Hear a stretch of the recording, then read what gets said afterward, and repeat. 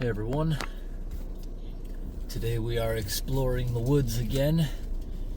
I just found my way into a remote campsite that they appear to be building out in the wilderness. The wilderness has a lot of free campsites that are awesome if you can make it out to them. So these campsites are very remote. You got to drive many hours through the woods to access them. They appear to be building another one, so they got some interesting equipment here. Look at this cool machine with tracks. A little Chinese dump truck or something, if you can see that over the sun glare. It's got like Chinese writing on the front of it.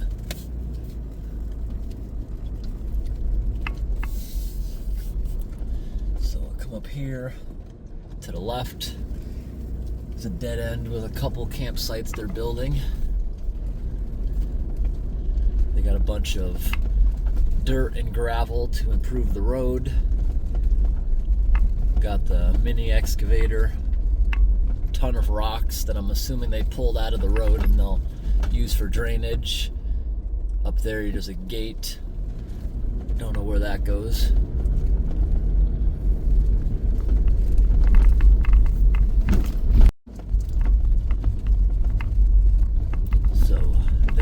Only one campsite that seems to be open so far. There's a sign showing you that it's definitely a campsite. It's got a outhouse, fire pit. Stop recording because you literally can't see anything with the sun. The sun glare is bad. It's really hard to keep the windshield clean. It's not the outside of the windshield, it's the inside that keeps getting filthy, and I'll go ahead and clean it. One day later it's disgusting again because when you sleep in the truck, your breath sticks to everything and it leaves residue on all the windows. But it's only an issue seeing through it when the sun's at the right angle like it is now. So I've never been down this road before, I don't think. They got logging operations going on up here. Those campsites are nice. They all have lake access.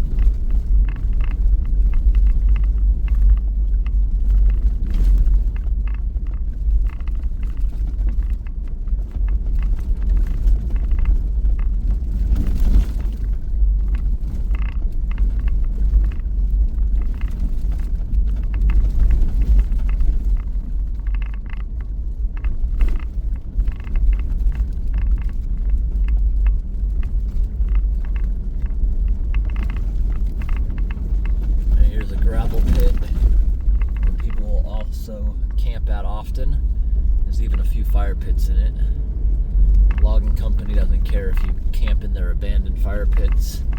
They also don't care if you use it as a shooting range, which people there were clearly using it as. There was a bunch of pumpkins that were shot to pieces.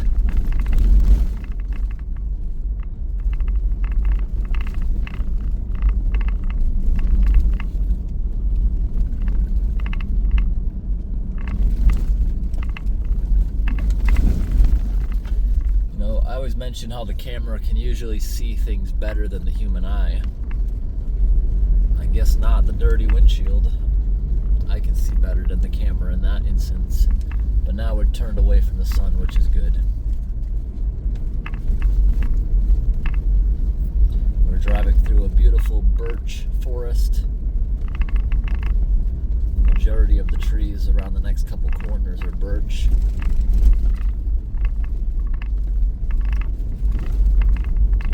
I didn't see anyone working at this logging site up here, but there's a bunch of trucks.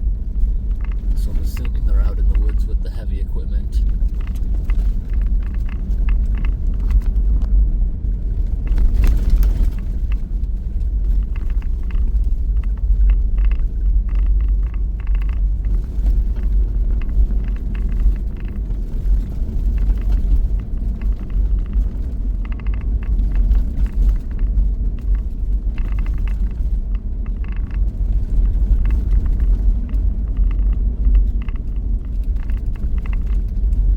areas like this are a little too mountainous to have anything like beavers. Beavers like larger, flatter areas and valleys. So the road looks pretty dominant turning there. They might have a logging loop. They'll often have loops so the logging trucks can run one way. Don't have to pass each other. Don't have to make an area turn around. Alright, here we come up to the logging area, so we'll start driving slower. There's one truck. You can see they got a fuel tank in the back of it. A whole bunch of trees that they cut down and dragged out here. I'm not sure why they left all the branches on those trees. They usually remove all the branches before dragging them out to the road. Looking up inside all the clearings, I don't see the equipment. They must be really deep out there. The road up here is very rutted too. Oh, here's the machine. They came out near the road since I last left. You can see the machine right there, stacking up everything for the log truck. We're gonna have to wait a moment because the road's blocked, but that's okay. They're doing something up here with this machine. They brought it over to the road, maybe fixing the end of it.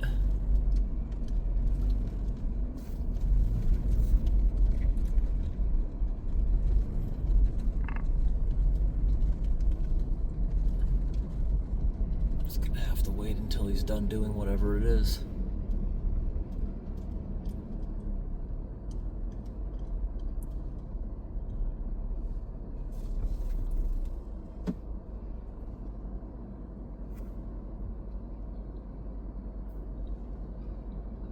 Alright, we didn't have to wait very long.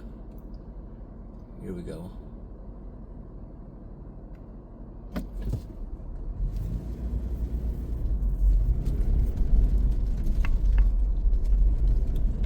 Give this guy a wave.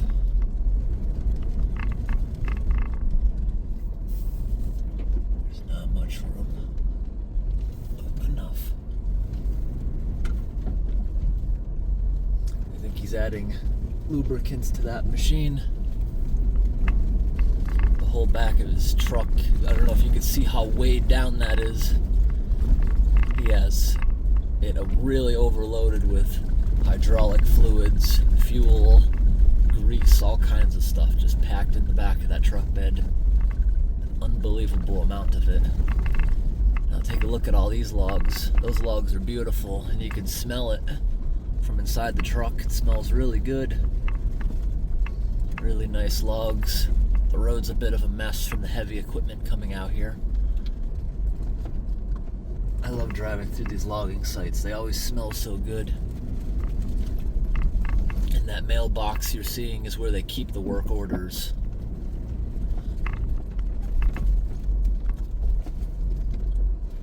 To the left is a whole bunch of 5-gallon buckets of hydraulic oil.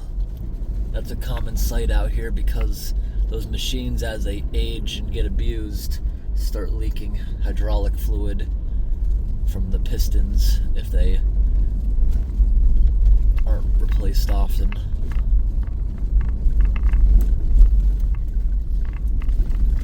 And to think that people have complained about my videos of spilling maybe a cup of motor oil by accident onto the ground.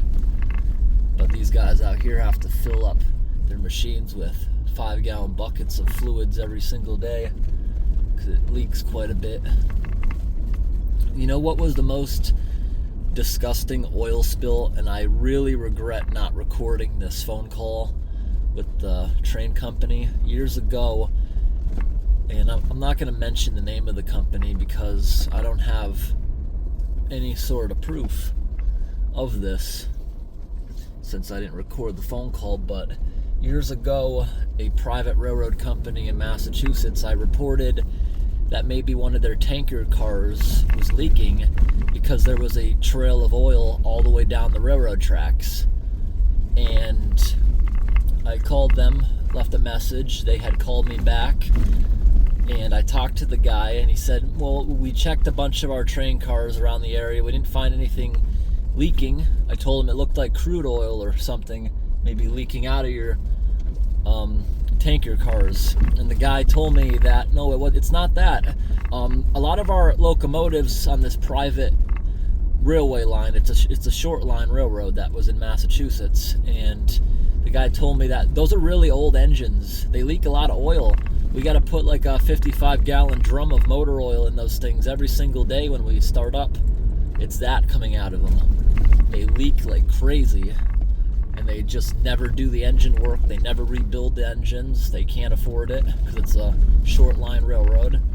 It's just insane what these companies are able to get away with. Just a 55-gallon drum of oil every single day of the railroad. But I guess it helps preserve the railroad ties if you want to think about it like that. But this was a consistent trail of oil, not just dripping, that this train would leave behind. Now I know around here, there's some guys, my mechanic told me, every time they drive to work in the morning, they got to put like a quart of oil in their truck engine.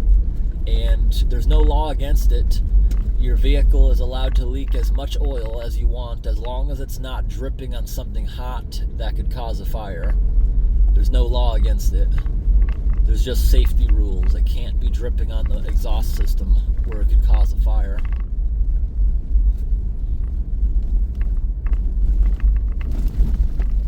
But oils in the environment, when they're concentrated, they wreak havoc. When they get into groundwater, they wreak havoc. But if they're spread thin, if the leaks are very slow, nothing like I've mentioned though, it biodegrades quickly if it's thin.